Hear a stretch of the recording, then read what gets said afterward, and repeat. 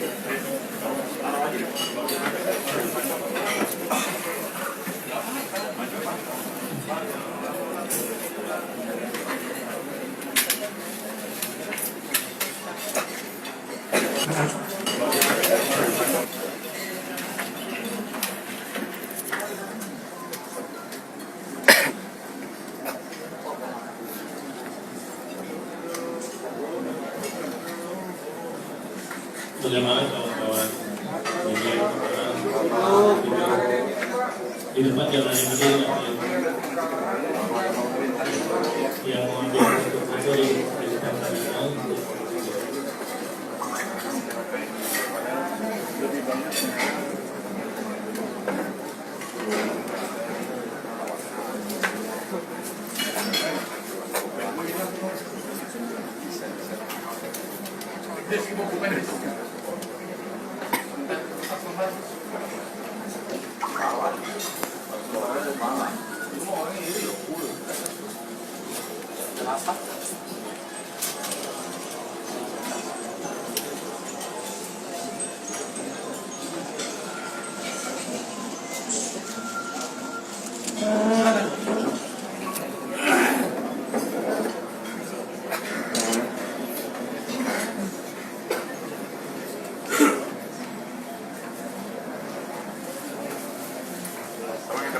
Berdiri Bu, lagi rekam. Siap ya kamera ya. Bu, jangan berdiri-berdiri. Bu, misi Bu. Ibu, jangan berdiri-berdiri. Jangan berdiri-berdiri, Bu, duduk aja Bu. Nah, duduk aja. Duduk. Ya. Nggak usah berdiri-berdiri. Ya, nanti foto-fotonya duduk dulu, pada duduk. Jangan berdiri-berdiri lagi. Bismillahirrahmanirrahim. Assalamualaikum warahmatullahi wabarakatuh. Alhamdulillah. Wassalatu wassalamu ala Rasulillah wa ala alihi wa sahbihi. Asyhadu an la ilaha illallah wa asyhadu anna Muhammadan rasulullah wa la haula wa la quwwata illa billah. Terima kasih kepada kawan-kawan media yang bersedia hadir dalam acara konferensi pers hari ini pada tanggal 5 November 2019 terkait aksi damai 4 November. Beberapa hal yang perlu kami sampaikan bahwa alhamdulillah aksi bela Islam 2 sekaligus aksi bela Islam bela Quran pada tanggal 4 November 2019 berlangsung damai meski disusupi oleh provokator yang kecewa jika berlangsung damai. Jadi ada yang tidak mendaki kedamaian, tapi komitmen kami terhadap kedamaian aksi damai tidak bisa ditawarkan. Dan yang hadir dengan jumlah menurut kami jutaan pada ratusan ribu, karena lautan manusia menyasampi dari jalan-jalan protokol di jantung ibu kota, terutama di sekitar Bundaran HI, kemudian Tamrin tentunya juga dari Ratu Botani, kemudian yang dari Harmoni juga tidak masuk, yang terhalang di Tomang, dari arah Patung Kuda sampai ke depan istana juga semuanya penuh sesak. Ada yang menarik dalam aksi unjuk rasa kemarin, kalau ada yang menginjak rumput diteriaki oleh massa. Ada ribuan yang bertugas memunguti sampah membawa sapu, berebut kantong-kantong. Sehingga ini betul-betul menjadi unjuk rasa yang damai dan beradab. Meski hasil perundingan oleh perwakilan aksi yang dikomandoi betul oleh saya dan pembina Pak Habib Rizik lewat Gerakan Nasional Pengawal Fatwa Majelis Ulama Indonesia tidak memuaskan, karena Presiden yang harusnya menerima kami dalam persepsi kami itu kemudian tidak berada di tempat.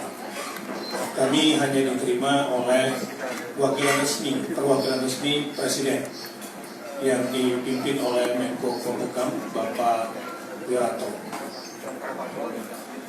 Menko Polhukam. Secara hukum menurut kami, aksi damai ini masih sesuai koridor hukum berdasarkan Undang-Undang Nomor 9 Tahun 98 tentang kemerdekaan menyampaikan pendapat di muka umum. Aksi ini juga tidak melanggar peraturan Kapolri mengenai batas waktu penyampaian pendapat di depan umum pada pukul 18. Kenapa? Satu, kami dalam posisi bernegosiasi bersama Wakil Presiden, Menko Polhukam, Panglima TNI, Kapolri sampai jam 18.30 sampai 18.30. Kemudian kami kembali, ada pernyataan yang sebetulnya ini menjadi keinginan pihak pemerintah bahwa proses hukum butuh waktu 2 minggu. Saya sebagai negosiator pada saat itu tentu tidak bisa memutuskan. Lalu saya bawa ke forum para ulama, saya bawa kepada ketua pembina tentunya pada hari ini. Ketua pembina kemudian menyampaikan itu ke publik dan semuanya sepakat untuk tidak bisa menerima tawaran pemerintah harus 2 minggu itu. Jadi ini perlu digarisbawahi. Ini bukan kesepakatan. Ini tawaran negosiasi, dan setelah kami sampaikan ternyata publik juga tidak ada yang terima dan memutuskan untuk berada di lokasi. Saat itu kira-kira 19.30 barangkali, ya, Ustadz Arifin Ilham kemudian berinisiatif untuk menemui langsung Pak Wakil Presiden, Pak Kapolri dan Pak Panglima TNI. Nah, di saat Haji Arifin Ilham bernegosiasi, tiba-tiba meletup insiden di luar. Ini situasi yang terjadi kemarin. Meletup, dan pada saat itu kagetlah Wakil Presiden. Ia kaget juga tentunya Menko Polhukam, Panglima TNI dan Kapolri. Situasi itu memang sebelum mobil komando ini sampai di siang-siang itu memang sudah ada insiden-insiden kecil, ya, karena ya gerakan massa dan saat itu orasi belum ada. Karena belum ada orasi, mungkin ada yang bertindak sendiri di luar komando. Tetapi ketika terjadi insiden ini memang banyak keanehan. Pertama, begitu cepat prosesnya. Dari dorong-dorong kecil tiba-tiba meletup. Dan nanti kita akan perlihatkan foto, rupanya ada provokator yang menyusup di antara kelompok elemen muda kita. Sehingga alhamdulillah HMI menyatakan dengan rilisnya bahwa itu bukan dari HMI. Dan foto-fotonya memang juga dari orang-orang yang rambut cepak dan tegap, tapi belum tentu polisi, belum tentu TNI, karena banyak juga laskar-laskar lain atau kelompok-kelompok lain yang memang berbadan tegap dan cepat gitu. Yang jelas kami punya fotonya. Lalu ada yang menarik lagi, ketika gas air mata dihujankan ke kita, yang tadinya hanya di pihak yang provokator ini, tiba-tiba diarahkan ke semua peserta. yang saat itu damai. Saya katakan damai, lihat, banyak di antara peserta kita ini ibu-ibu yang sudah tua-tua juga. Ini seakan-akan bukan, ya memang bukan sekedar demonstrasi biasa, ini unjuk rasa yang betul-betul damai, bersih, beradab. Kalau sampai ada yang naik ke rumput itu diteriakin sama yang lain. Sampai sejauh itu. Buang sampah sembarangan pun demikian. Jadi ketika ada letupan, kita nyanyikan lagi bahwa itu provokasi. Jangan terpancing. Alhamdulillah sejauh ini itu semua berjalan. Tapi kemudian terjadilah tembakan membabi buta. Ya, banyak korban. Di antaranya ada, ya, ini korban-korban semuanya.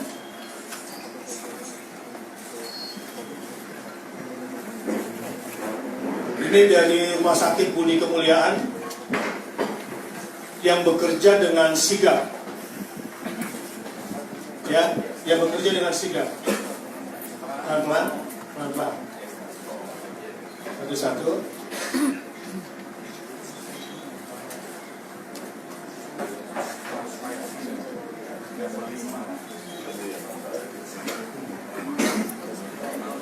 Nah, Ustadz Arifin Ilham pun kemudian menjadi korban gas air mata ketika keluar dari negosiasi. Ya, kemudian Ustadz Ali Jabir juga menjadi korban gas air mata. Kami pun semua juga kena. Padahal kami berusaha untuk persuasif saat itu dan menurunkan tensi demonstran. Sampai kemudian ada yang meninggal dunia, jatuh korban. Yang perlu kami klarifikasi adalah korban ini bukan seperti disebarkan di media selama ini bahwa dia orang yang menderita penyakit asma. Tidak betul. Siapa namanya? Pak Syahri, ya? Di Banten. Istrinya mengatakan dia tidak asma dan semua baik-baik saja. Jadi insiden ini sudah memakan korban.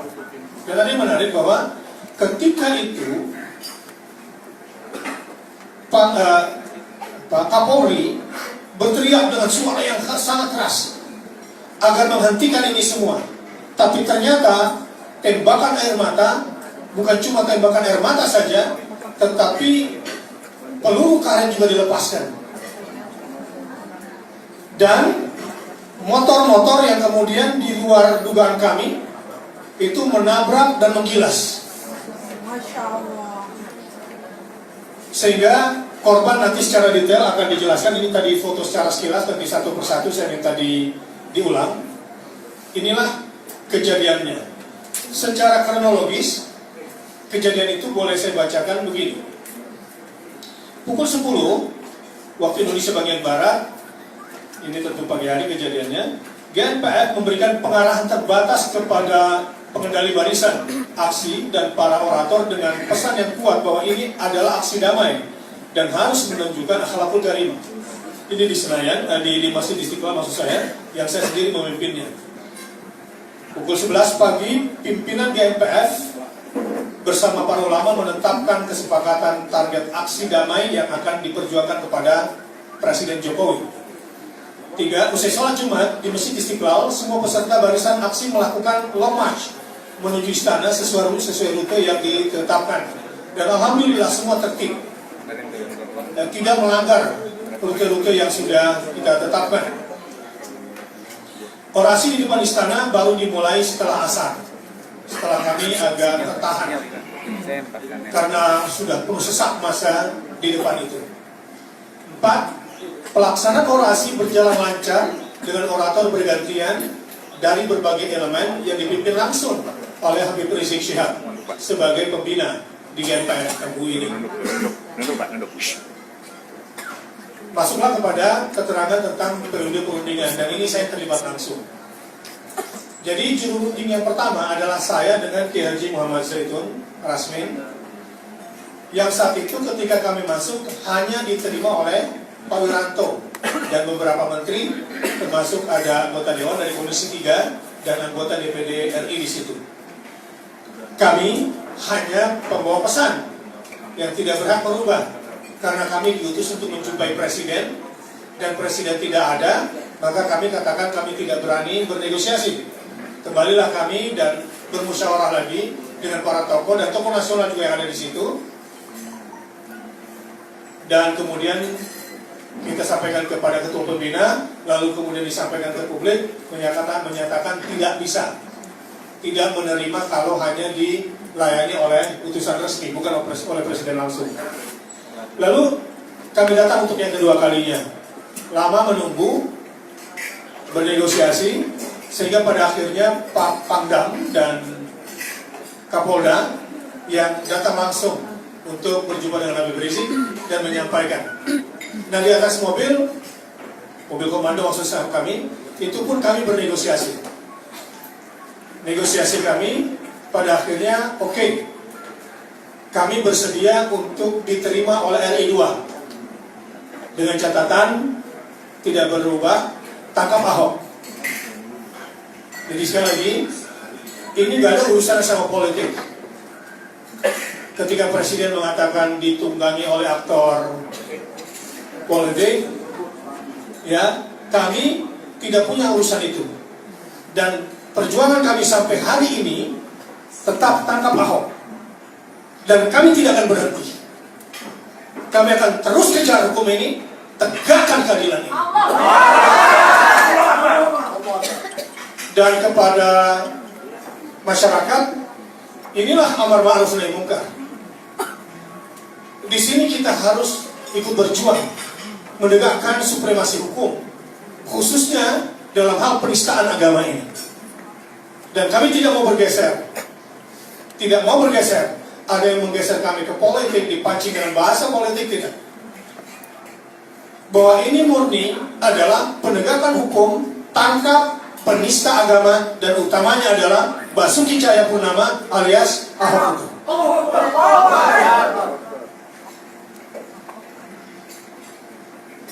Bertemulah kami dengan Wakil Presiden, kemudian diikuti oleh Kiai Haji Misbahul Anam sebagai wakil kami juga, dan keputusannya seperti semula. Presiden tidak hadir, Wakil Presiden mengatakan Kapolri bersedia untuk memproses hukum Ahok secara tegas,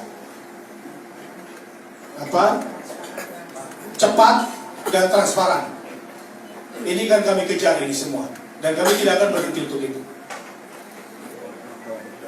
Dan insya Allah, walaupun kemarin terjadi insiden yang sebetulnya tidak kami inginkan, insya Allah semangat kami tidak akan turun.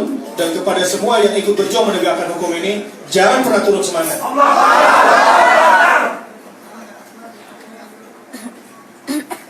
Keluarlah kami. Dan ternyata hasilnya juga tidak puas. Dan pada akhirnya ya tetaplah orasi dilanjutkan sehingga terjadi insiden itu. Berkali-kali Kapolri dan Panglima TNI memerintahkan aparat untuk berhenti menembak massa lewat pengeras suara, namun tak digubris oleh pasukan polisi. Bahkan pasukan motor polisi berputar-putar di kerumunan massa sehingga ada yang tertabrak dan tergilas. Kejadian tersebut telah memakan 1 korban jiwa meninggal dunia. Dan mungkin akan ada informasi-informasi baru yang akan disampaikan nanti oleh Panglima Lapangan kita dan yang bertugas di mengawal kesehatan Pak Yusuf yang akan menjelaskan secara langsung nanti. Akhirnya masa yang sudah melihat situasi seperti ini, kami sayang sama umat dan kami tidak ingin ada korban banyak. Akhirnya sekalipun tekanan begitu represif, begitu keras, pukulan-pukulan, dan kami hampir susah bernafas, tetapi instruksi kami tidak pernah menganjurkan untuk melawan. Padahal jumlah kami begitu besar, tetapi sedikit pun kami menjauhkan kalimat-kalimat atau kata-kata yang bertujuan untuk melawan. Sehingga Habib Rizik dan Pak Munarman yang megang mic cuma 3 kalimatnya. Jangan melawan, jangan maju, jangan mundur, bertahan. Sehingga kode kami pada saat itu saya tangkap adalah perlawanan kami sesungguhnya adalah dalam bentuk tanpa melakukan perlawanan. Perlawanan kami adalah bertahan tanpa melakukan perlawanan. Karena kami tidak ingin dibenturkan dengan aparat TNI maupun aparat Polri. Sebab kami melihat ada gejala kenapa instruksi Kapolri pun tidak dituruti. Kenapa instruksi Panglima TNI pun tidak ditaati. Jadi bukan cuma kami di bagian kecil ada yang menyusup, tetapi dari sana pun kelihatannya ada ketidakpatuhan terhadap komando pimpinan tertinggi mereka. Lalu kemudian rombongan kami bawa menginap di depan DPR untuk menuntut secara hukum lewat Komisi 3. Menginap di sana, baru pukul 1 ada mulai negosiasi. 1.30 bolak-balik lewat Komisi 3 dan Ketua MPR langsung di situ. Karena keamanan sudah diambil alih oleh Panglima TNI dan Kapolri, sehingga MPR dan DPR tidak berhak membukanya. Dan ada ancaman akan digusur. Artinya semua yang menginap sedang lelah tertidur dari luar kota ini akan digusur lagi. Kami kemudian terus musyawarah, kami sayang kepada yang ada di sini, dan kami tidak mau timbul korban. Dan perlawanan kami adalah dengan tidak melakukan perlawanan. Kita negosiasi sampai kemudian lewat pukul 3 dini hari di ruang kehormatan DPR, Majelis Kehormatan DPR MKD saat itu. Lalu disepakati di situ bahwa Ketua MPR dan Komisi 3 DPR RI berkomitmen untuk menekan pihak kepolisian Republik Indonesia agar seperti disampaikan oleh Presiden dalam press conference-nya akan diproses hukum Ahok dalam kasus Ahok ini secara tegas, cepat dan transparan. Jadi masyarakat, media silakan memantaunya. Tentu waktu yang disampaikan 2 minggu sesungguhnya bagi kami terlalu lama. Jadi proses pun akan kami coba ikuti, dan seluruh saudara-saudara dari Indonesia yang sudah datang, tetaplah dalam semangat tegakkan amar ma'ruf nahi munkar untuk supremasi hukum di Indonesia. Jangan turun tensinya dan jangan lemah menghadapi ini. Akhirnya pada pukul 4:05 setelah Habib Rizik, kemudian Ketua MPR, pihak DPR Komisi 3 pun kemudian menyampaikan komitmennya di hadapan massa, dengan rela hati massa kemudian pulang. Sampai pukul 4:05 kita tutup juga dengan doa dipimpin oleh Kiai Haji Misbahul Anam, dan kami pun kembali sambil MPR lewat Kapolda ya menyiapkan bus itu. DPR menyiapkan bus untuk pulang keluar kota. Nah itu detail nanti akan dijelaskan oleh masing-masing.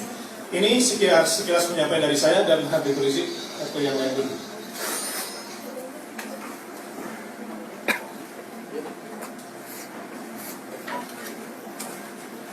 Assalamualaikum warahmatullahi wabarakatuh. Waalaikumsalam warahmatullahi wabarakatuh. Rasulullah wa ala alihi wa sahbihi wa man wala. Terima kasih kepada segenap rekan-rekan media yang hadir pada kesempatan ini. Pertama, saya ingin tegaskan bahwa judul masalah yang kita hadapi saat ini aksi damai yang ditembaki polisi anarkis. Sebab dari pagi tadi saya perhatikan berita-berita di televisi itu memberikan judul aksi anarkis. Karena itu di sini kita klarifikasi, ini bukan aksi anarkis, tapi aksi damai yang ditembaki polisi anarkis. Saya minta bantuan rekan-rekan media yang ada di sini untuk bisa memperbaiki judul itu.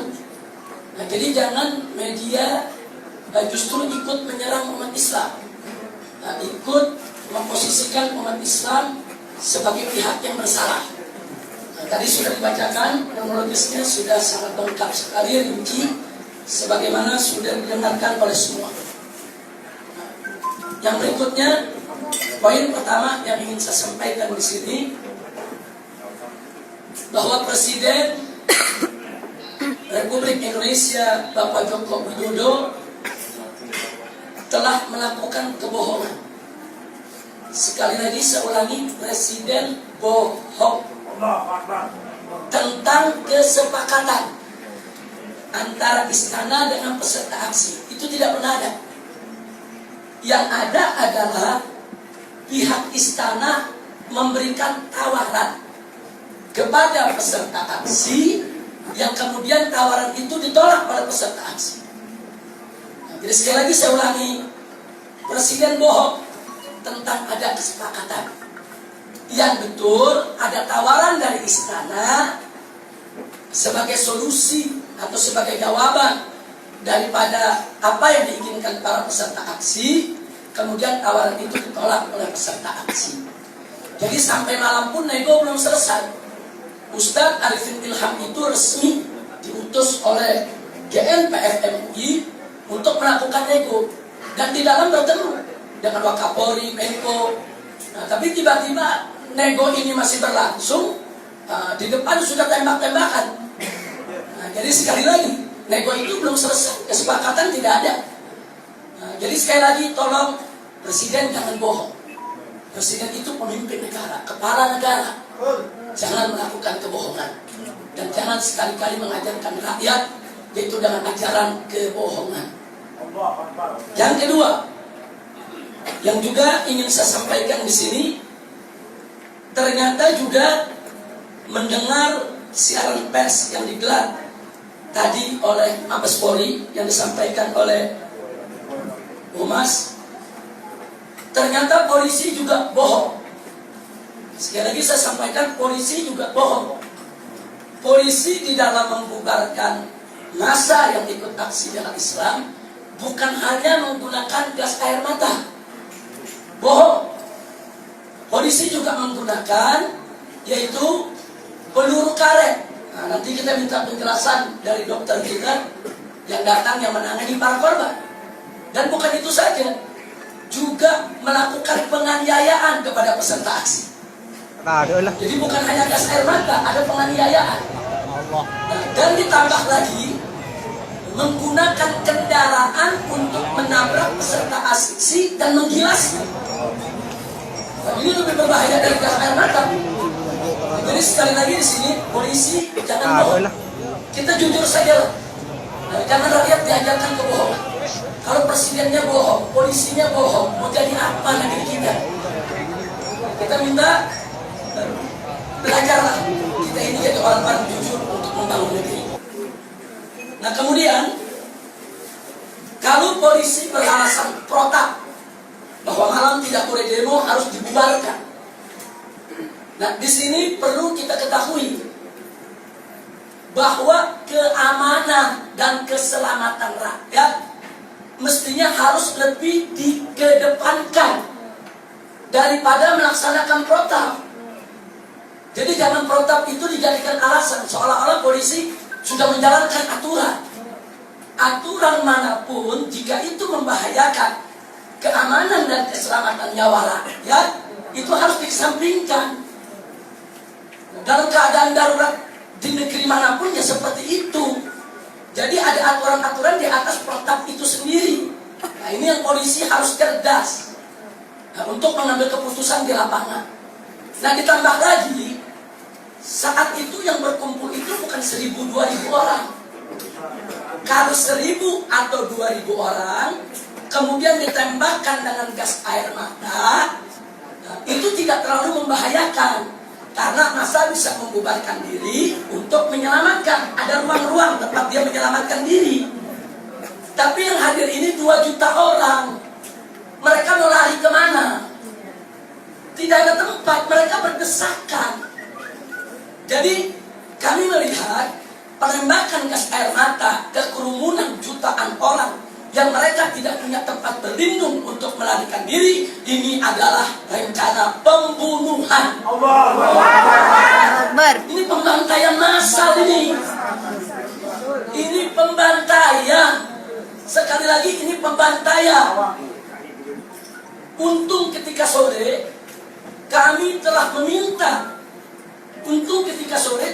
meminta kepada petugas yang ada di Monas sana untuk membuka gerbang sehingga massa bisa melarikan diri ke dalam Monas. Kami telah meminta. Coba bayangkan kalau pintu itu ditutup, orang bisa mati keinjak-injak, sudah. Jadi sekali lagi ini pembantaian. Sekali lagi saya sampaikan kepada seluruh bangsa Indonesia bahwa apa yang terjadi di istana adalah pembantaian. Ini pembantaian massal. Nah, jadi tolong dibedakan. Sekali lagi, kalau 1.000 orang berkumpul ditembakkan gas air mata, mereka bisa lari ke kanan, ke kiri, ke belakang, bubar, menyelamatkan diri. Itu protap. Itu protap namanya. Tapi kalau yang kumpul jutaan orang, sudah sampai para ulama sendiri mau bergerak ke kanan udah nggak bisa, ke kiri udah nggak bisa, ke depan belakang udah nggak bisa. Jadi kalau kemudian ditembakkan gas air mata, mereka mau lari kemana? Jadi sekali lagi, jangan meremehkan masalah dan mengecilkan masalah. Saya pesan kepada rekan-rekan wartawan, ini nggak main-main, ini pembantaian rakyat. Hanya Allah yang menyelamatkan rakyat semalam. Satu meninggal dunia, hampir 200 yang luka-luka. Saudara, Allah yang menyelamatkan. Itu kalau tidak ada pertolongan Allah, mungkin ribuan yang sudah mati. Kok tega kepala negara beserta jajaran keamanannya, Polri dan TNI, kok tega mengorbankan rakyat sendiri untuk melakukan pembantaian massal hanya untuk melindungi seorang penista agama, orang penista Al-Quran. Inna lillahi wa inna ilaihi raji'un. Hei Jokowi, hei Kapolri, hei Panglima TNI, hei seluruh pejabat negeri ini, ittaqullah, takutlah kamu sekalian kepada Allah. Kalian ingin membantai rakyat. Inna lillahi wa inna ilaihi raji'un. Jadi itu yang ingin saya tegaskan di sini supaya rekan-rekan wartawan tahu apa sebetulnya yang sedang terjadi di lapangan. Nah kemudian tadi sudah diulaskan oleh Ustaz Bakhtiar Nasir dalam pembacaan sikapnya bahwa ketika terjadi penembakan, saudara, itu ada informasi bahwa Wapres, Menko, Panglima TNI, Wakapolri dalam istana, mereka kaget. Saudara, bahkan sebagian mereka sempat marah-marah, artinya tidak ada instruksi dari dalam. Nah, kemudian saudara, Panglima TNI dan Kapolri langsung menuju lokasi dengan pengeras suara, didengar oleh semua peserta aksi, menginstruksikan, hentikan tembakan.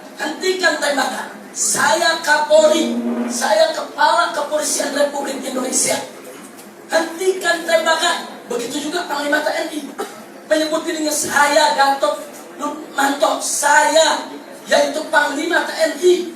Saya juga menginstruksikan kepada semua aparat, hentikan tembakan, tapi nggak digubris, tetap tembakan.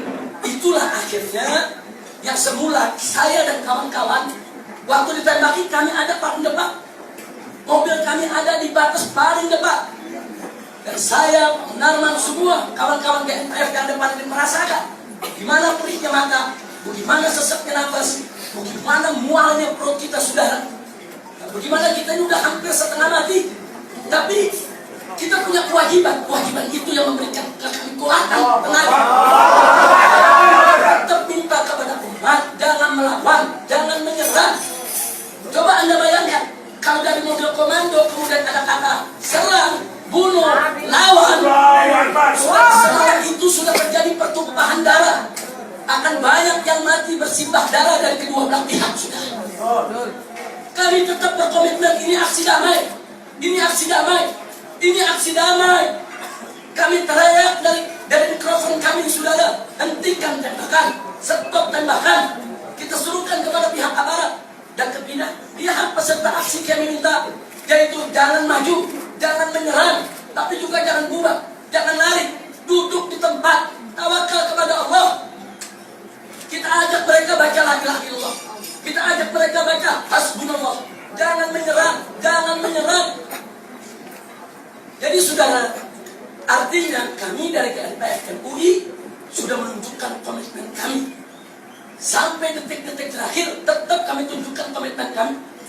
Dan akhirnya setelah kami lihat bahwa instruksi Kapolri, instruksi TNI sudah tidak dipatuhi lagi oleh yaitu aparat yang di bawah yang sudah kemasukan setan dan iblis, saudara. Mereka membabi buta untuk menembaki masyarakat. Akhirnya kami ambil inisiatif segera saat itu juga. Para pimpinan GNPF langsung memutuskan kita tarik ini semua masa ke patung kuda. Kita tarik dan masa ikut, sudah. Masa ikut. Itu kalau mobil komando nerobos ke istana, masa akan ikut, sudah. Semua sudah siap mati syahid. Tapi persoalannya kan kita sudah punya komitmen untuk aksi damai. Itu tidak kita lakukan dan kita juga tidak lari. Kalau begitu terjadi penembakan, mobil langsung melarikan diri, bubar itu semua umat, saudara, lari ke sana kemari, panik, pontang-panting. Itu tidak kita lakukan sampai tembakan berakhir, saudara. Akhirnya kami ambil keputusan, kami menarik diri sampai patung kuda. Di patung kuda kami rapat kembali dan akhirnya memutuskan, saudara, kami langsung ke gedung DPR untuk bertemu pimpinan DPR dan MPR. Dan di gedung DPR MPR kami tertib, kami rapi. Nah, kenapa? Karena pimpinan kami yang ada di DPR MPR mengakomodir, menerima delegasi, mengajak diskusi. Mereka juga keluar menemui massa, ikut menenangkan massa, dan mereka ikut menegur Panglima TNI, menegur Kapolri untuk tidak bertindak represif di lingkungan DPR, saudara. Luar biasa. Nah, begitu kami diterima dengan baik, umat juga semua bisa menerima, kami bisa membubarkan diri secara baik-baik.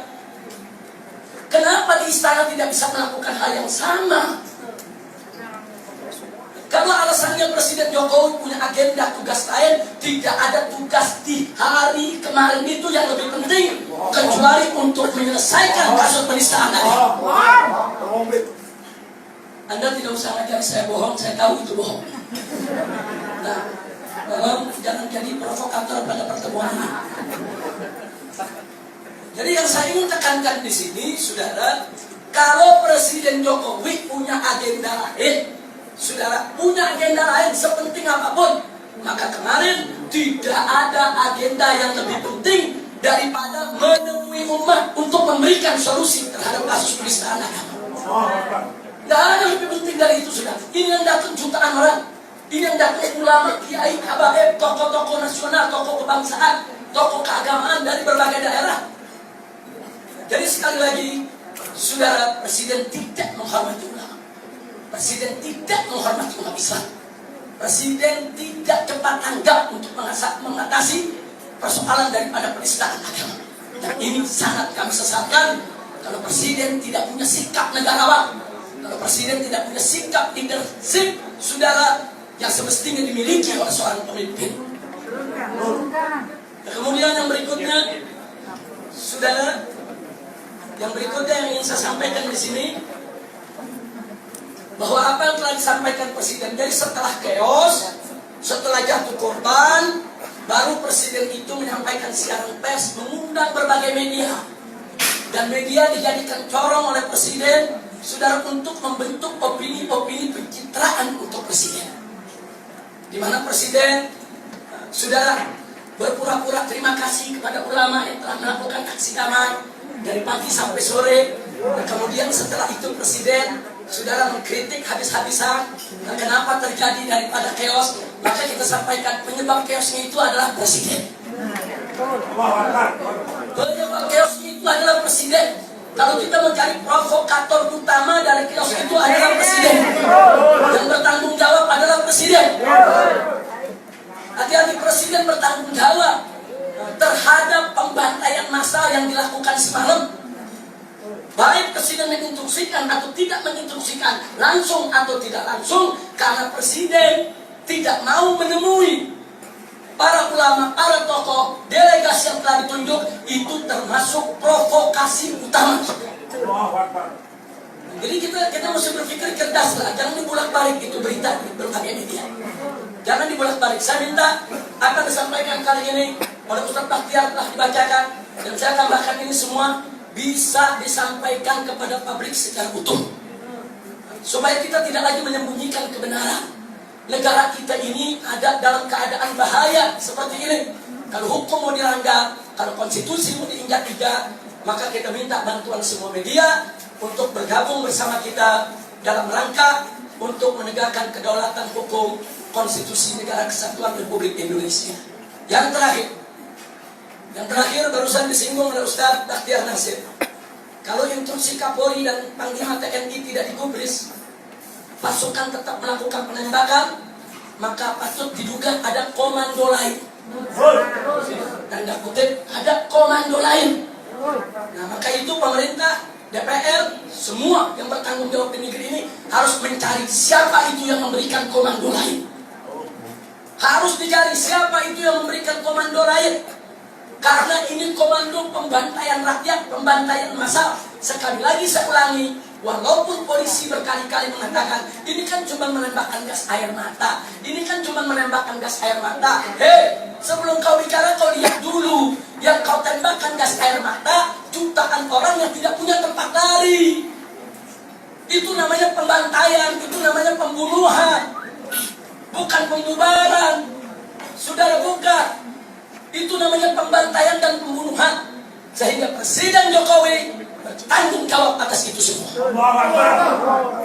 Juga sebagai tambahan, kami menyampaikan perasaan sakit hati dan tersinggung serta kecewa kami kepada Wakapolri. Saya tegaskan sekali lagi, Wakil Kapolri. Karena pada saat kami utus ulama-ulama kami sebagai tim untuk mediasi yang dipimpin oleh Ustaz Bakhtiar Nasir, diperlakukan dengan hina, dibentak, diperlakukan dengan hina, saudara, dibentak dan diancam. Ini nggak boleh dilakukan itu, bahkan mengancam umat, awas ya, kalau jam 6 tidak bubar, awas ya. Artinya kalau mereka sudah mengancam, awas ya, kalau jam 6 tidak bubar, ya, awas ya. Artinya ada provokator, nggak ada provokator, yang tetap memang mau dibantai. Ini mesti diperiksa, kami protes keras. Dan ditambah lagi, begitu ulama-ulama kami keluar dari istana, yang semula dari pintu gerbang diantar dengan kendaraan bugi itu, masuk sampai istana. Begitu pulang, ulama mau naik kendaraan. Apa kata Wakapolri? Gak perlu naik kendaraan, jalan kaki aja. Udah perginya sana.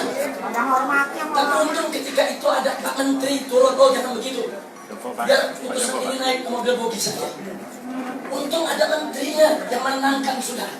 Maka itu kami minta kepada Kapolri, begitu juga kepada Komisi 3 DPR RI untuk memanggil Wakapolri yang sudah bersikap bengis, bersikap angkuh, sombong, tidak bersahabat. Jangan-jangan mesti diperiksa juga kaitannya dengan komando lain tadi. Ini yang saya mau sampaikan saudara. Mungkin ada tambahan dari yang lainnya. Terima kasih. Di sini ada dokter kita. Ini ada dokter Saleh Segaf yang mungkin kita minta untuk menyampaikan tentang korban-korban yang ada di rumah sakit Budi maupun lainnya. Ya, selamat datang Pak Lutfi Hakim dan Pak Ferino yang baru saja pulang dari takziah korban yang meninggal dunia. Ya, nanti akan memberikan juga klarifikasi.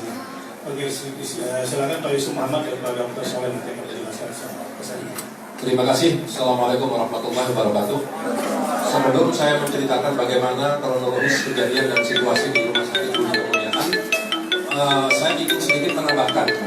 Gambir, setelah itu tiba-tiba di sepanjang jalan dari mulai semenjak tikungan ke kiri depan Kostra, depan Barreskrim sampai tikungan mau ke kanan, banyak mobil melintang di tengah jalan, yang berakibat mobil di belakang tidak bisa lewat dan massa berhempit-hempitan.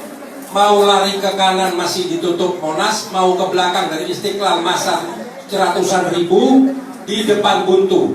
Saya hampir panik, bahkan saya sudah teriak, jebol pagar yang ada di taman. Mereka tanya, bagaimana kalau resiko? Berapapun umat muslim akan bayar. Kalau tidak bahaya, akhirnya mereka berinisiatif lompat-lompat, barulah sedikit. Itu berlaku 3 jam. Jadi benar apa yang disampaikan oleh Habib Rizik tadi, bahwa ada pembantaian massal, rencana pembantaian massal. Di sini saya sedikit menyampaikan ada beberapa korban-korban yang dalam kurun waktu 2 jam lebih berjumlah 165 korban. Di antaranya 8 wanita, ibu-ibu, dan di situ ada Ustadz Arifin Ilham dan Ustadz Ali Jabir, tapi Ustadz Ali Jabir tidak berada di Rumah Sakit Budi Kemuliaan. Dan kami mendapat karunia dari Allah Subhanahu wa Ta'ala, mengucapkan terima kasih yang sebesar-besarnya pada seluruh jajaran, baik dokter yang berjaga saat itu maupun suster-suster yang melayani dengan sangat sigap, profesional, dan tanggap, dan punya roh jihadis. Saya benar-benar kagum. Begitu mobil ambulan datang, pasien datang turun, langsung dia sudah bisa mendeteksi ini masuk ke wilayah hijau, ini masuk ke wilayah sini. Namun karena banyaknya dalam kurun waktu yang singkat, akhirnya pasien-pasien berlarakan semua di bawah. Tapi alhamdulillah, pertolongan demi pertolongan semuanya teratasi.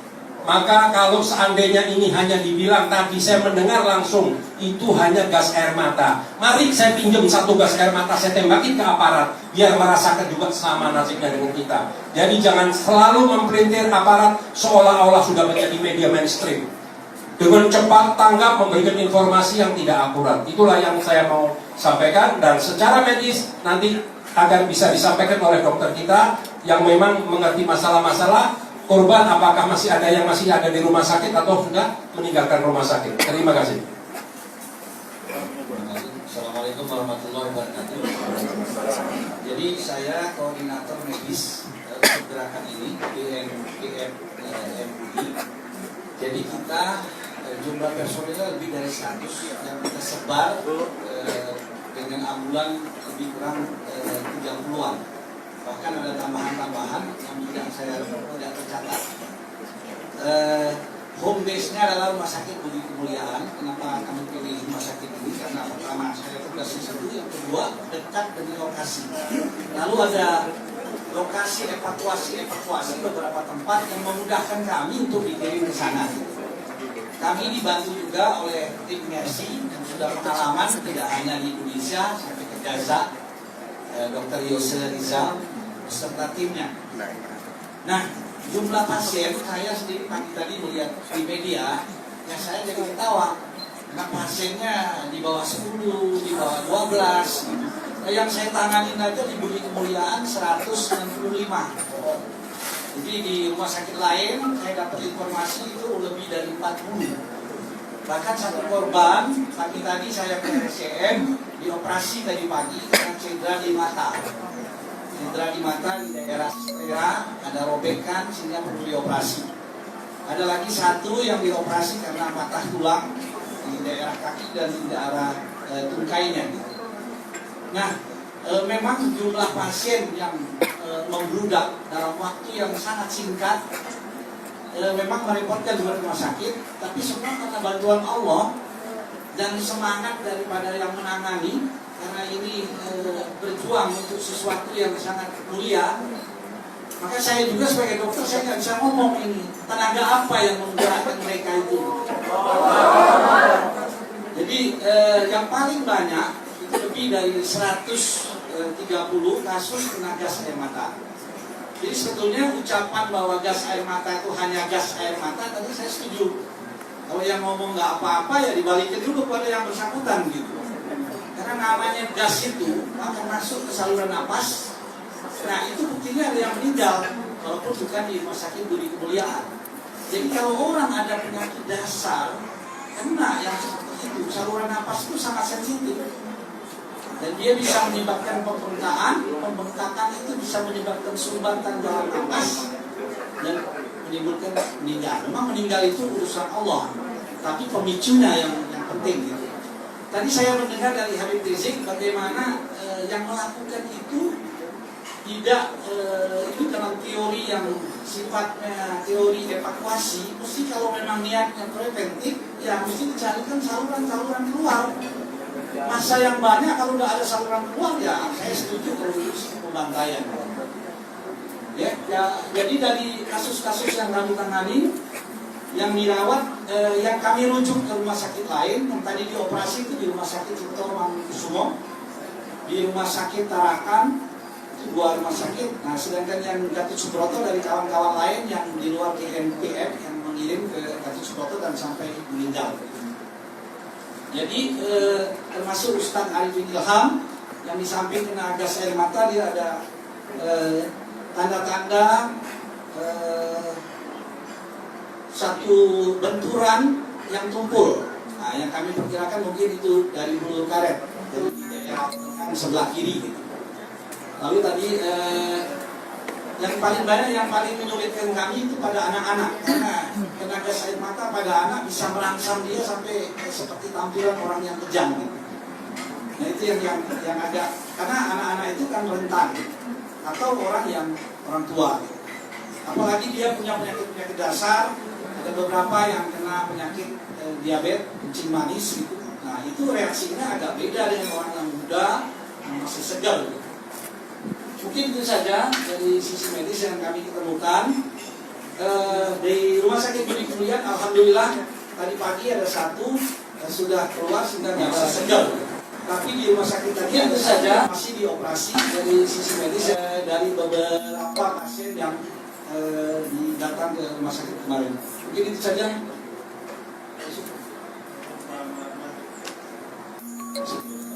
Baik, saya kira karena terkait kesehatan ini Pak Lutfi, Sarjana Hukum dan Ustadz Ferinur ini baru selesai takziah. Saya kira perlu memberikan keterangan tentang, karena itu kan disebutnya oleh media-media pendukung Ahok itu adalah penyakit asma. Saya kira perlu diterangkan informasi itu dari keluarga. Assalamualaikum warahmatullahi wabarakatuh. Saya diperintahkan oleh Ketua GPF MUI, saya selaku bendahara MUI untuk takziah serta menyantuni keluarga korban aksi bela Islam. Beliau bernama M. Syahri bin Umar. Beliau lahir tahun 51. Tahun 51 beliau lahir. Al-Maidah 51. Kemudian ada satu hal yang tadi sangat menyentuh hati saya. Istri dan anak-anaknya menceritakan ketika akan berangkat, agar beliau tidak usah berangkatlah karena umurnya sudah 65. Tapi beliau menyampaikan, jangan cegah-cegah saya untuk berangkat. Saya berangkat membela agama Islam. Saya tidak rela Al-Quran dihinakan orang lain. Itulah yang diucapkannya. Dan keluarga yang ditinggalkan sungguh luar biasa tabah. Sungguh luar biasa tabah. Istri 1 dengan 7 orang anak. Subhanallah, sangat-sangat tabah. Dan beliau mengucapkan terima kasih dan salam yang sangat hormat kepada Habib Rizik serta seluruh pimpinan GPF MUI.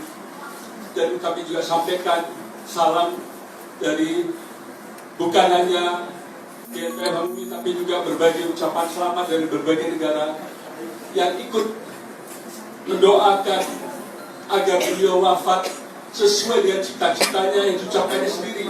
Saya ingin mati syahid.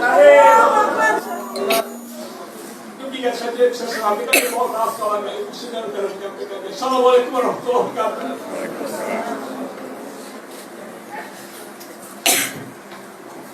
Tolong dicatat, almarhum meninggal dunia bukan karena asma, dan dia tidak punya penyakit asma. Jadi jangan lagi-lagi polisi bohong, lagi-lagi polisi bohong. Tidak boleh ada kebohongan di antara kita semua. Dan terima kasih kepada Pak Lutfi. Kami terima salam dari pihak keluarga, dan kami sudah berencana sejak tadi.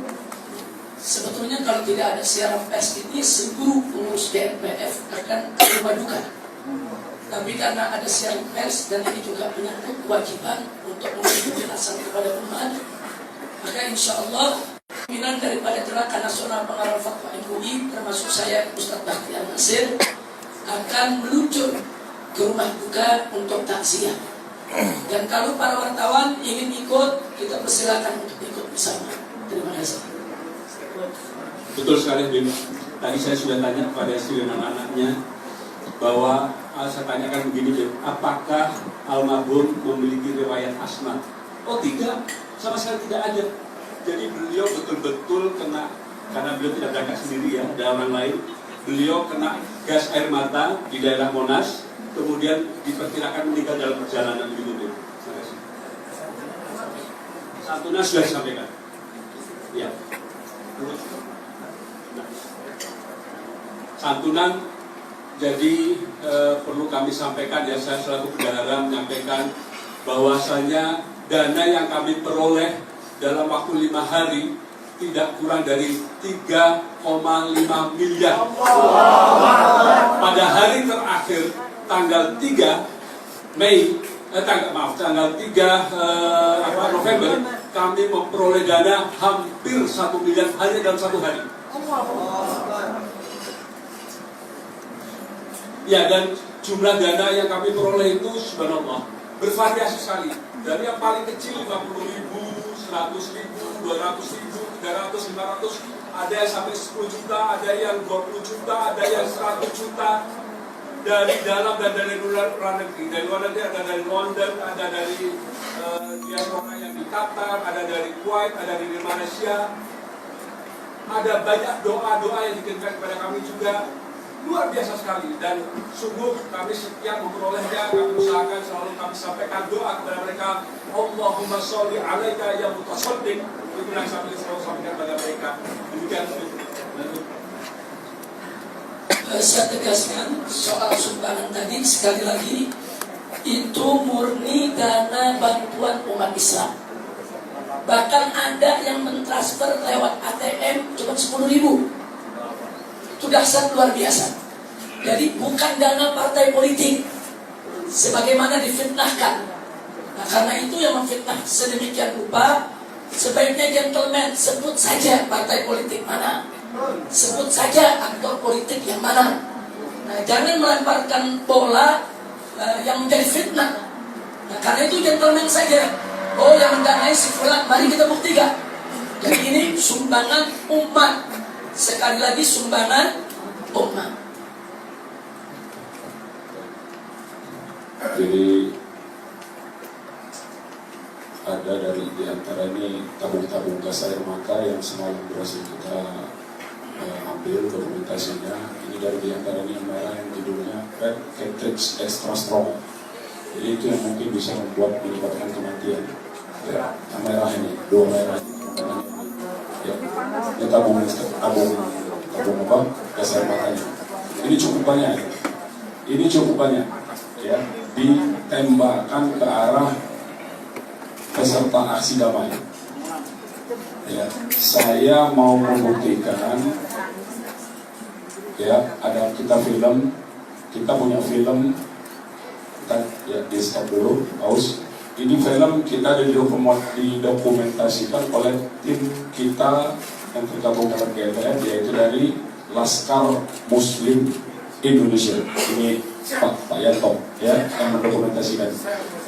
Jadi kita bisa saksikan di film ini, kalau saudara-saudara kemarin saya perhatikan banyak teman-teman dari sudut pandang pengambilan gambarnya dari belakang aparat kepolisian, ya, sehingga itu mengkonstruksi atau memframing bahwa penyebab pemicunya itu adalah dari tempat demonstran, dari tempat peserta aksi. Ini saya diambil oleh teman kita, Pak Yanto ini, Mas Yanto ini, dari belakang mobil komando. Ya, coba kita lihat, ini membuktikan kita lagi doa ya. Habib Rizik lagi pimpin doa.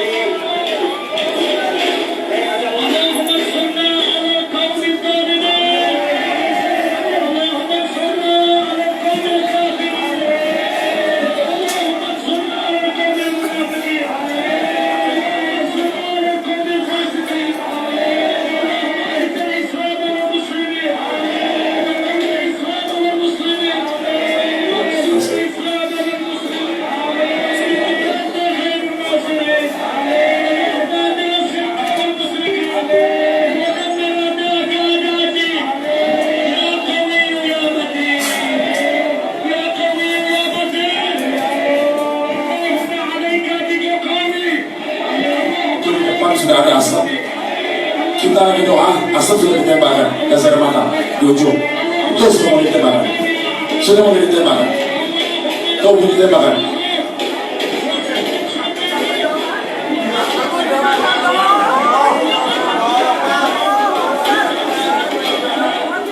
Di atas mobil panggung doa, ditembakkan gas air mata. Tuh.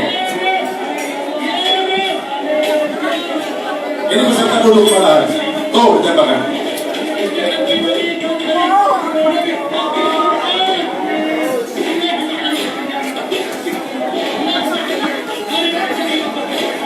Kita sedang berdoa, bukan sedang menyerang. Peserta masih duduk.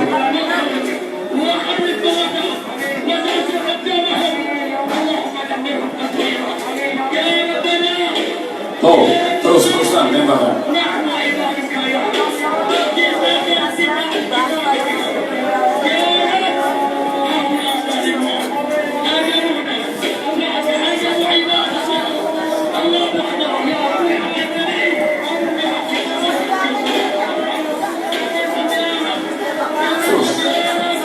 Terus asap itu terus jatuh ke peserta.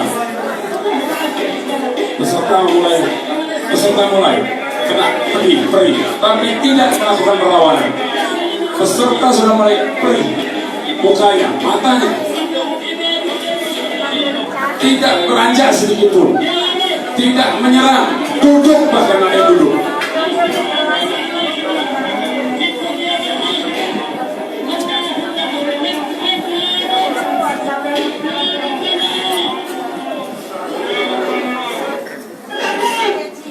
Baik, itu ya menjadi bukti konkret bahwa kita sedang doa, saudara-saudara. Hanya Allah yang melindungi kita pada malam itu. Kalau saya perintahkan peserta demo untuk menyerbu, tidak ada yang rakus sedikit pun menyerbu istana itu. Tapi darah umat Islam mahal, saudara-saudara. Tidak saya izinkan tertumpah sia-sia hanya untuk rezim laknatullah ini. Ini bukti. Ini bukti konkret. Jadi saya harap betul teman-teman jangan mau dijadikan instrumen propaganda dari rezim pembohong ini. Jangan mau. Tolak, ini kebenaran. Ini fakta. Ini fakta. Lagi doa, ditembak. Dan sekali lagi, kita tidak berniat sedikit pun sebagaimana yang disebutkan oleh pejabat-pejabat keamanan kita ingin menduduki istana. Tidak ada sedikit pun. Saudara saksikan sendiri. Tidak ada. Jadi jangan coba-coba tuduh kami dengan hal-hal yang bukan-bukan. Saya bisa perintahkan. Terbukti saya bisa menarik mundur masa aksi yang jumlahnya masih jutaan pada pukul 9 malam itu. Tetapi Kapolri dan Panglima TNI tidak mampu menghentikan, menahan tembakan yang sudah dikeluarkan itu. Anggotanya sendiri, hanya beberapa batalion diabaikan itu perintah. Saya minta kepada Kapolri untuk diberhentikan itu pasukan komandan yang menembak itu. Ini pasti ketahuan ini. Ini dibagikan komandan, ini pasti ketahuan. Ada inventaris ini. Ini punya inventaris ini. Berapa pasukan yang dibagi oleh logistiknya pihak kepolisian. Ini pasti ada. Ini pasti dicatat ini. Seluruh komandan pasukan dan siapa komandan lapangan pada waktu itu, ini mesti dipecat dari posisinya. Mesti dipecat dari posisinya. Karena mengabaikan dalam hukum ketentaraan dan dalam kode etik kepolisian, protap kepolisian itu disebut insubordinasi. Insubordinasi itu melawan perintah atasan. Itu hukumannya berat, bisa hukuman mati kalau dalam keadaan perang. Semalam itu keadaannya perang sebetulnya. Itu mestinya hukuman mati itu orang yang melaksanakan terus tembak itu. Kalau di tentara udah tembak mati itu. Berbahaya sekali. Orang pegang senjata tidak taat kepada perintah komando. Berbahaya sekali. Saya mendukung Kapolri untuk memecat itu orang. Pecat. Satu. Yang kedua, yang saya ingin sampaikan bahwa saya menyerukan kepada seluruh umat Islam di seluruh Indonesia untuk mulai besok terus melakukan aksi-aksi yang menunjukkan memprotes peristiwa 4 November. Teruskan perlawanan kita. Saya akan undang lagi aksi yang juga lebih besar kalau memungkinkan. Kita akan tunggu seperti apa reaksi umat Islam. Karena ini penjahat terorganisir, sudah. Rakyat digusur di mana-mana. Orang-orang kecil digusur di mana-mana. Ya, pengembang dilindungi, nelayan tidak memiliki akses ke laut. Ini luar biasa kejahatan ini. Ketidakadilannya sudah terbuka luar biasa.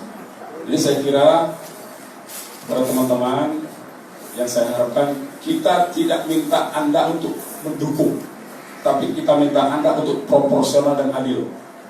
Proporsional dan adil.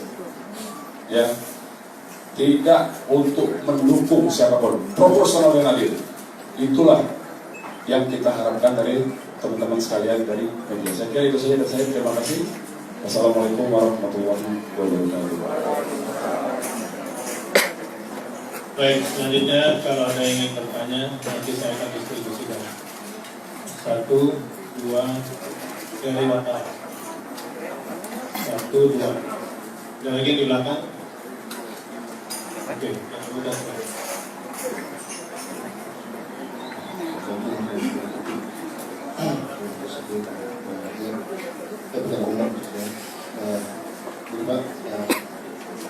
Saya mengikuti bahwa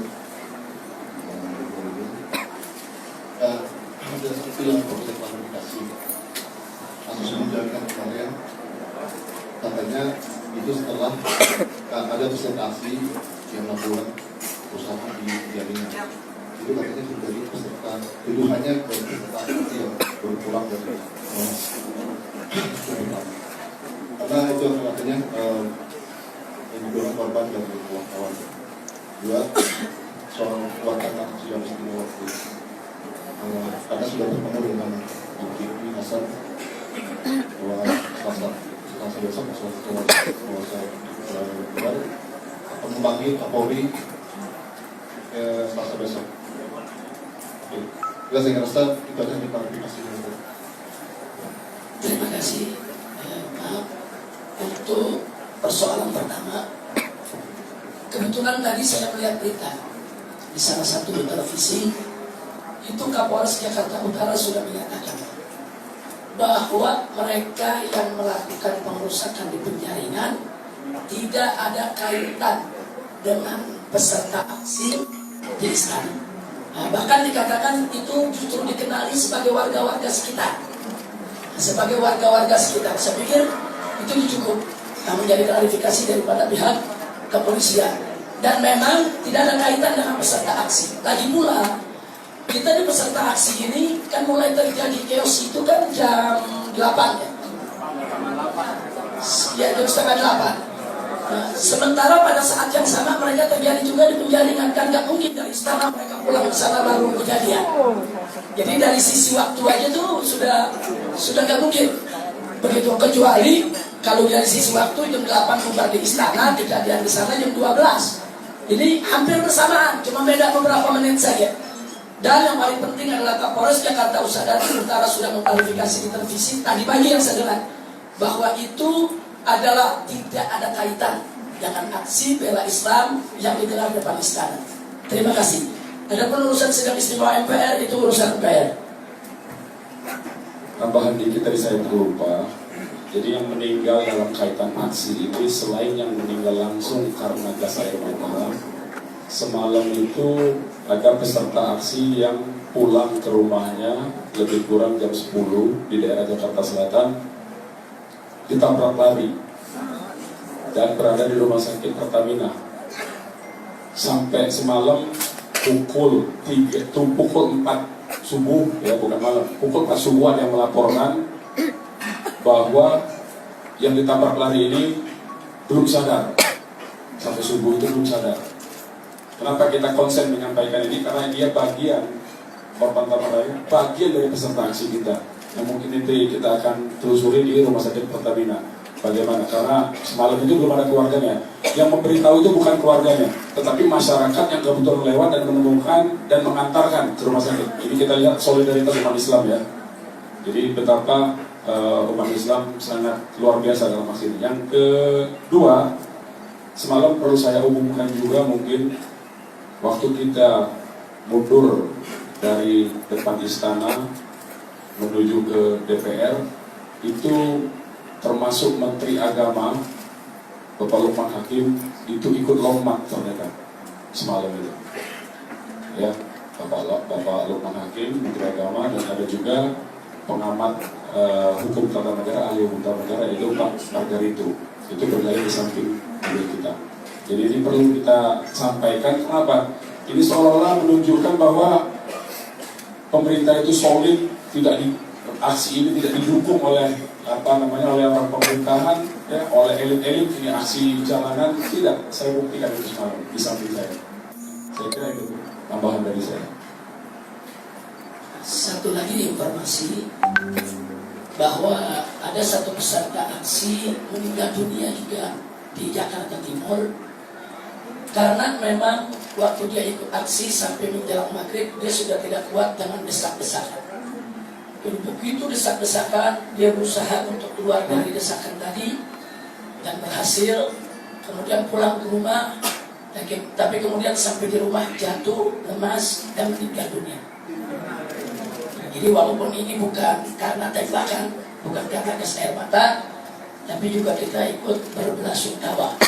Nah, itu ada di Jakarta Timur, dan FPI yang di Jakarta Timur sudah merapat ke sana untuk ikut sholat jenazah dan juga untuk memakamkannya. Insya Allah dari kami juga, dari Gerakan Nasional Penghafal MUI juga akan takziah. Nah, itu saja sebagai tambahan informasi. Assalamualaikum warahmatullahi wabarakatuh. Yang saya ingin tanyakan adalah kemungkinan terpahit, tapi mudah-mudahan ini tidak terjadi. Apabila pihak aparat misalnya menuduhkan bahwa yang bertanggung jawab ini adalah Ketua BNPB, Ustadz Bahtiar Nasir, pembinanya Ustadz Habib Rizik, kemudian Bang Munarman selaku koordinator lapangan, sehingga akhirnya dijadikan tersangka dan kemudian ditangkap. Bagaimana sikap GMTM? Itu saja. Assalamualaikum warahmatullahi wabarakatuh. Pertanyaan simpel saja. Ya. Kalau ada yang mau menangkap, tangkap saya. Seperti 2018 kan saya tangkap. Saya tolak, tangkap saya. Kalau memang itu dianggap bertanggung jawab. Diperlukan GNF, saya yang korlatnya, tangkap saya. Lagi-lagi 2008 saya nyatakan tangkap saya. Silakan, ya saya tawari untuk menangkap saya. Silakan diproses hukum. Saya akan bertanggung jawab. Kalau memang itu dianggap pelanggaran hukum, kalau dianggap pelanggaran hukum, tetapi itu bukan pelanggaran hukum. Saya sudah buktikan tadi tidak ada pelanggaran hukum. Habib Rizik lagi berdoa, malah dilepaskan tembakan gas air mata. Saya kira begitu, simpel. Dan alhamdulillah seluruh pengurus GNPF MUI bukan hanya siap di penjara, sudah siap mati sejak awal.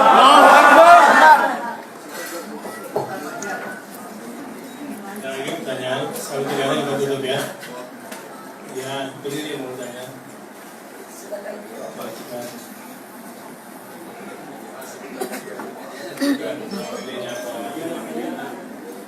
Selamat sore. Saya Nimbawal dari CNN Indonesia. Satu saja yang ingin saya tanyakan terkait korban yang meninggal akibat gempa tersebut. Boleh diceritakan secara rinci lagi dia meninggalnya itu karena pas tabrakan dengan peluru gas air matanya atau karena infeksi di bagian pernapasannya akibat gas air mata tersebut? Ya, jadi peluru atau gas air mata itu jatuhnya dekat betul dengan korban. Seperti itu. Dan dia memang sudah panik ya lari sana mengungsi ya. Terus kemudian disampaikan oleh keluarganya yang meninggal di kecelakaan berjalan. Ya, tidak bagus. Yang karena apa yang memang tidak sudah kecelakaan sekali dan setelah kematian kan sudah sekali dibunuh setelah kecelakaan sudah sekali. Saya mungkin tambahin, walaupun saya nggak ikut tangan ini. Sekarang suasana yang penuh begitu, jadi oksigen yang diambil oleh almarhum tentunya sudah sangat terbatas. Lalu gas air mata itu gas rangsang saluran nafas yang bisa bikin bengkak, saluran itu bisa menyempit. Soal meninggal urusan Allah. Tapi itu yang kira-kira menjadi aturan kita memang meninggalkan. Ya.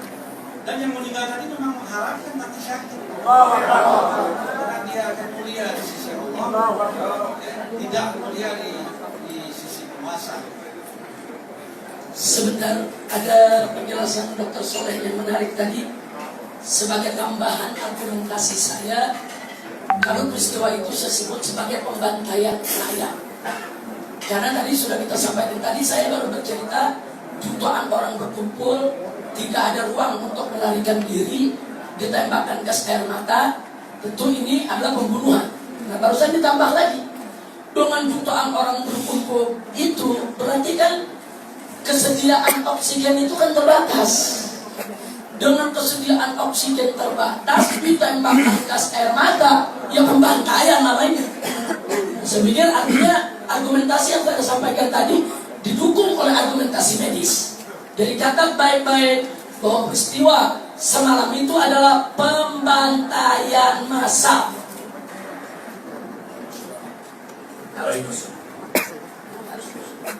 Dan itu harus diusut. Dan itu akan kita laporkan ke Komnas HAM juga. Dan harus ada yang bertanggung jawab. Harus ada yang bertanggung jawab. Ini akan kita sampaikan ke Komnas HAM baik nasional maupun internasional.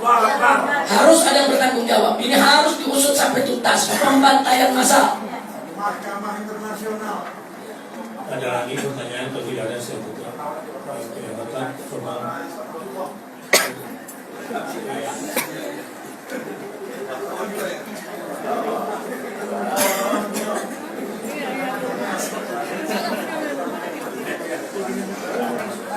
Saya mau menambahkan dan menanyakan. Kalau nggak salah saya dapat WA gambar 2 orang aparat, kayaknya bintang atau apa itu.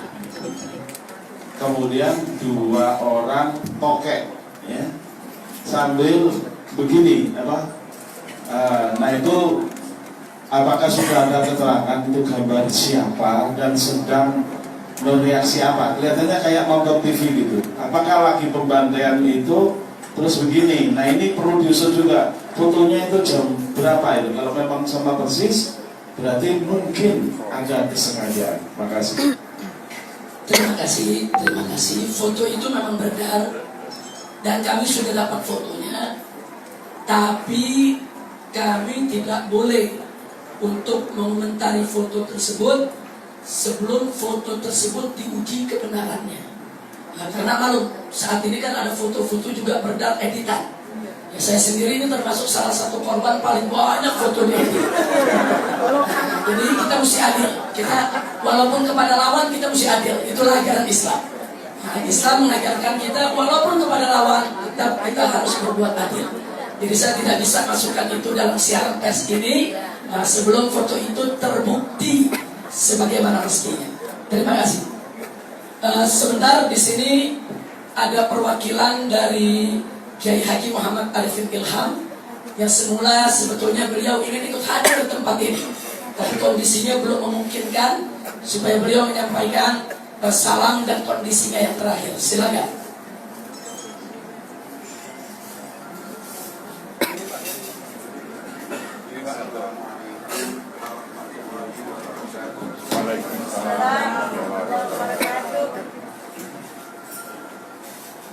Mudah-mudahan Allah Subhanahu wa Ta'ala melindungi kita semua, khususnya kepada saya untuk menyampaikan sesuatu yang benar, bahwa semula Ustaz Arifin Ilham mau datang ke sini karena beliau kelelahan, kecapean sehingga beliau masih istirahat, sehingga beliau menunggu salah seorang daripada keluarga besar Majelis Al-Jikro, dan kebetulan saya sedang ada di dan saya menyempatkan diri untuk datang ke sini karena ini menurut saya penting untuk disampaikan.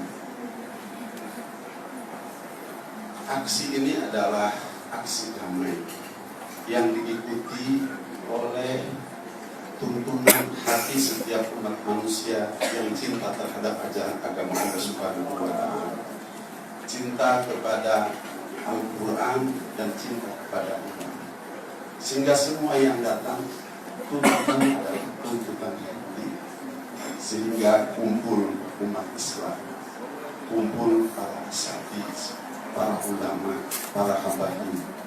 Bahkan terus terang saya dengan mata kepala saya sendiri, karena saya berdoa dengan Ustaz Arifin Ilham di mobil terbuka di atas, subhanallah, lambaian tangan dari masyarakat Jakarta, subhanallah, menyambut sekali atas aksi damai ini. Dan terlihat beberapa orang tua yang sudah tidak berjalan didorong pakai kursi. Dan ini saya yakin pemerintah tahu bahwa yang hadir adalah orang-orang yang ikhlas.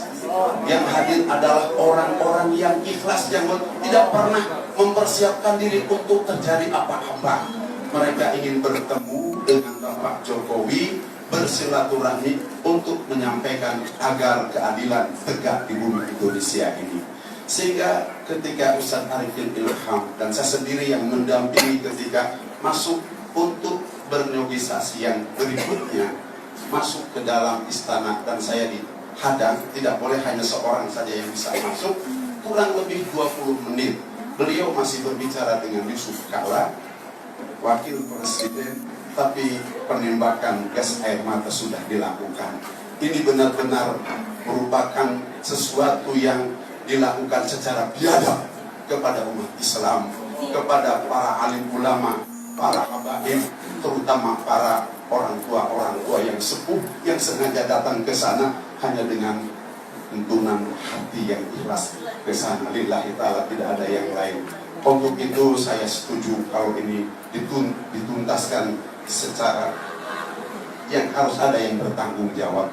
Ini barangkali atas nama dari Majelis Al-Jikro, mudah-mudahan Allah Subhanahu wa Ta'ala terus kita kawal Republik ini sampai betul Republik ini adalah aman dari unsur-unsur manusia yang tidak bertanggung jawab. Amin ya Allah ya Rabbal. Kondisi Ustaz Arifin alhamdulillah sekarang beliau masih istirahat. Kemudian yang tadi malam kelihatan sangat lelah sekali sehingga harus dibantu dengan oksigen, dan mudah-mudahan doakan dengan jadwal beliau satu hari bisa ada 3-4 tempat.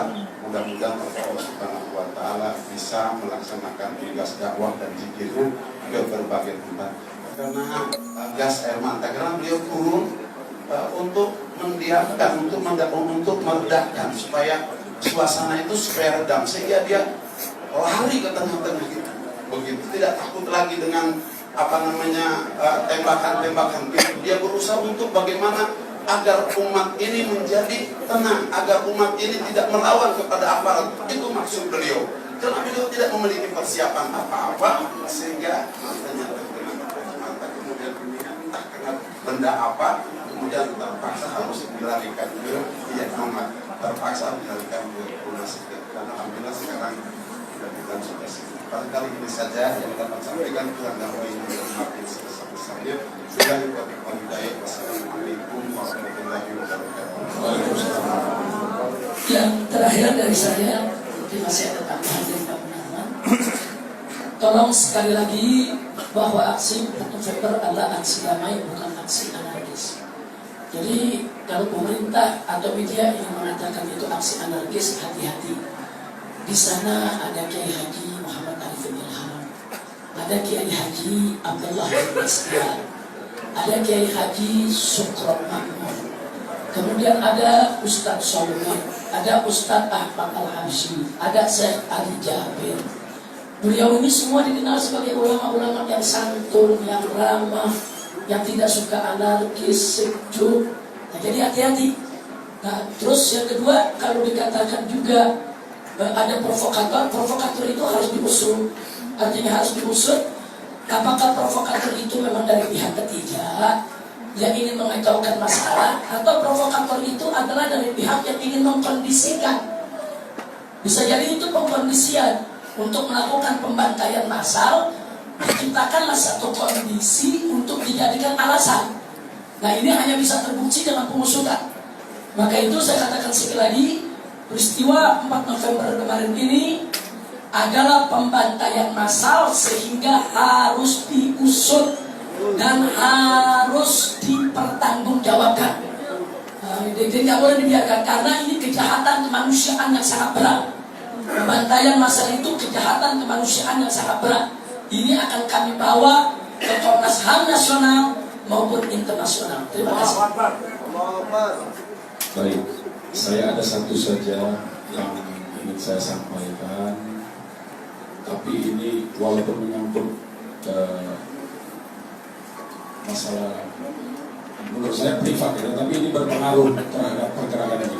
Saya mau umumkan nomor telepon saya 0811 15 2003, itu di cloning, dan ternyata semenjak saya diumumkan sebagai korlap untuk aksi 4 November, itu banyak sekali SMS, ya, SMS yang menyatakan bahwa aksi itu tidak jadi, ya. Kemudian ada aksi yang SMS yang menghina kepercayaan agama lain dengan menggunakan nomor 0811 15 2003 ini. Padahal saya sejak ada WA, saya udah main SMS lagi sejak ada WA. Ya. Tapi jawaban, misalnya di sini ada jawaban, maaf Pak, saya sopir taksi, saya tidak tertarik dengan aksi 4 November. Berarti ini SMS ajakan yang menyebar, ya, ke seluruh nomor siapapun juga. Ya, bahkan ada yang SMS yang menyatakan untuk mengajak perang. Saya perhatikan ini, tadinya saya pikir ada iseng-iseng saja, tapi semenjak saya diumumkan sebagai korlap, ditunjuk oleh para ulama, sampai hari ini, itu sampai pagi tadi ada juga SMS memantau saya, sehingga handphone saya ini penuh jawaban SMS, bukan WA. Kalau WA kan bisa dilihat siapa yang menjawab ke saya. Nah, karena itu saya mau umumkan saja bahwa kalau ada SMS yang menggunakan nomor 0811 15 2003, itu bukan dari saya, kecuali ada SMS yang langsung yang sudah memang saya kenal tercatat di nomor saya. Selain itu bukan dari saya. Demikian, terima kasih. Wassalamualaikum warahmatullahi wabarakatuh. Terima kasih Pak Munarman. Kelihatannya ini bukan masalah privat. Saya baru ingat. Semalam saya punya handphone selama aksi itu tidak disikat. Sebentar, bukan itu yang saya mau sampaikan. Semalam tidak ada sinyal, sehingga tidak ada yang keluar dan tidak ada yang masuk. Tapi tadi pagi begitu saya bangun, itu di SMS, saya udah sama dengan Pak Munarman, sudah jarang sekali menggunakan SMS, kebanyakan WA. Itu di SMS ada 320 lebih SMS yang begitu saya baca, saya nggak nyambung. Artinya nggak nyambung begini apa? Mengesankan bahwa saya SMS ke yang bersangkutan menjawab. Nah, jadi tahu-tahu masuk, ini nomor siapa ya? Kok ngajak-ngajak saya demo? Ya. Terus ada lagi yang bilang, ini nomor siapa ya? Itu banyak sekali nomor yang saya tidak kenal. Jadi 320 sekian itu semuanya saya tidak kenal. Jadi nggak ada yang terdeteksi punya nama. Berarti ini peristiwa bukan hanya ke Pak Munarman. Nah, jadi ada operasi ini. Nah, karena itu sekarang ini yang ingin kami sampaikan juga, tolong nomor saya dan nomor Pak Munarman juga nomor-nomor seluruh daripada pimpinan GNPF tidak bertanggung jawab. Nah, kalau ada SMS yang menggunakan nomor kami, memerintahkan hal-hal yang melanggar hukum. Nah, sebab bukan nggak mungkin itu nanti dijadikan sebagai barang bukti seolah-olah kami ini menginstruksikan pelanggaran hukum. Padahal itu cloning, itu sistem cloning itu memang ada. Jadi nomor kami di cloning oleh sementara pihak dan nomor itu digunakan untuk mengirim SMS kepada orang lain dan nanti yang keluar di handphone orang yang bersangkutan nomor kami. Nah, ini berbahaya. Kalau nanti perintahnya umpamanya pembunuhan, pengeboman, penusukan dan lain sebagainya, nanti kami yang bisa dituduh. Karena itu kami umumkan sekarang seluruh, yaitu daripada ulama, tokoh, habaib, khususnya para pimpinan gerakan nasional Fatwa MUI, nomor kami semua tidak bertanggung jawab. Nah, kalau ada SMS yang nyasar ke nomor siapapun, yang muncul adalah nomor kami yang isinya tidak sesuai dengan perjuangan kami. Itu saja pada Pak Munarman. Nah, sekian, ini penting. Tolong ini juga media kita minta bantuannya untuk disebarluaskan. Dan terima kasih yang sangat kami sampaikan untuk itu. Baiklah, terima kasih kepada kawan-kawan media yang mudah-mudahan bisa berlaku adil, proporsional, tentang tadi kalau seperti ini. Dan yang terakhir kita minta kepada Kiai Haji Misbahullah untuk menjawabkan pertemuan kita.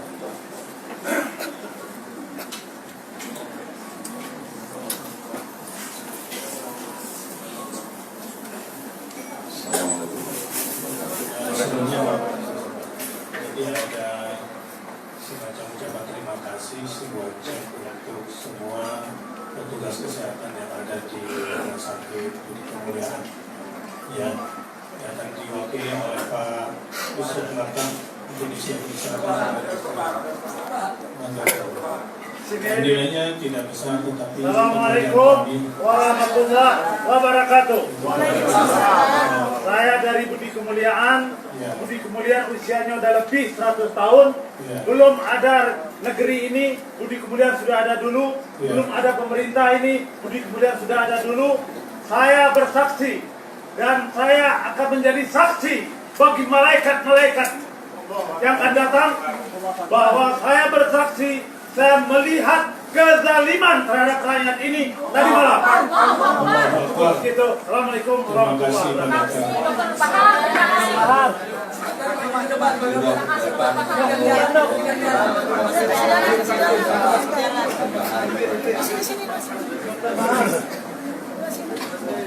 Dr. Bahar adalah Kepala Direktur Rumah Sakit Budi Kemuliaan di Jalan Budi Kemuliaan. Selain itu, status beliau juga sebagai anggota dokter di WHO, Badan Kesehatan Dunia. Saya akan kepada malaikat nanti dan saya akan minta rasa sakit yang timbul pada perempuan dan anak-anak itu akan dibalas oleh Allah nantinya. Amin. Ya, assalamualaikum warahmatullahi wabarakatuh. Memang kebetulan tadi malam saya bersama beliau dan benar-benar satu persatu dia kunjungi. Jadi sedikit saya tambahkan, gas air mata itu bukan orang pingsan, bukan berarti rata-rata seperti orang sakaratul maut. Itulah yang mau saya sampaikan ini. Kami mewakili GNPF menyampaikan jembrana untuk perawat yang sangat handal dan tulus ikhlas yang ada di rumah sakit tadi malam.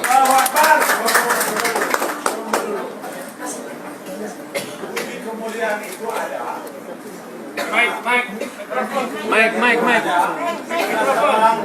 pemikiran seorang perempuan yang dimatikan Allah karena melahirkan, dan perempuan itu yang kemudian belajar kepada gurunya Kiai Ahmad Dahlan, gurunya Kiai Wahid Hasyim, namanya adalah Ustadz Ahmad Darat di Semarang. Beliaulah mengajarkan perempuan itu bernama Ibu Kartini bahwa kemerdekaan itu adalah hak segala bangsa. Pertama, yang kedua, Kartini mengatakan, aku ingin mendidik rakyatku agar mempunyai akhlak yang lebih baik, agar berdiri tegak bersama bangsa lain. 100 tahun Budi Kemuliaan, zaman Jepang, zaman Belanda, Budi Kemuliaan terlibat dalam reaksi-reaksi di negeri ini, termasuk kemarin. Dan kami melihat betapa akhlak itu jauh daripada yang seharusnya dilakukan. Tapi minta maaf, Budi Kemuliaan berusaha untuk menjadi bahagian yang tidak terlibat dalam segala macam bentuk, dalam bentuk yang kemudian menyebabkan ria. Insya Allah saya tolak untuk ini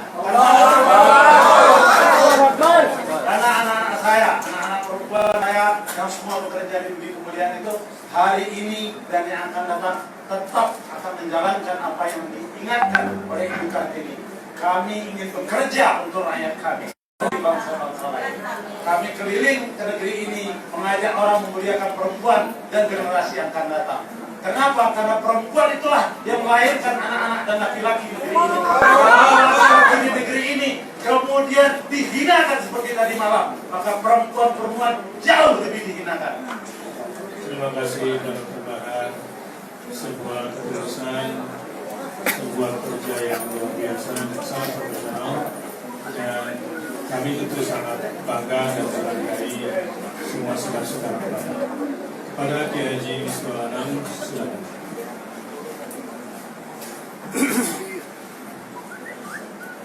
Assalamualaikum warahmatullahi wabarakatuh.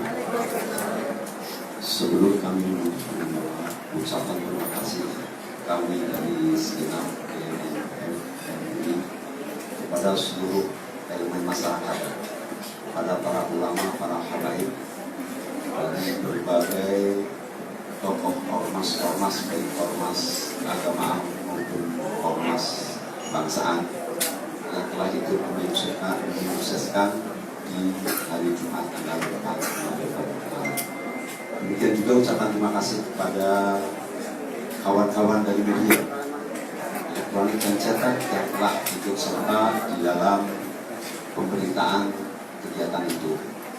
Namun kami juga ingin mengingatkan media-media cetak elektronik, antum semua ikut berdakwah. Ingat, ketika pemberitaan kalian sekali lagi memelintir yang sesungguhnya, maka pertanggungjawabannya akan terus sampai akhirat sebagai fitnah yang itu tidak bisa ditebus dengan permohonan maaf hanya kepada Allah. Ittaqullah, takut kepada Allah untuk memberitakan yang sifatnya mungkin. Al-Fatihah.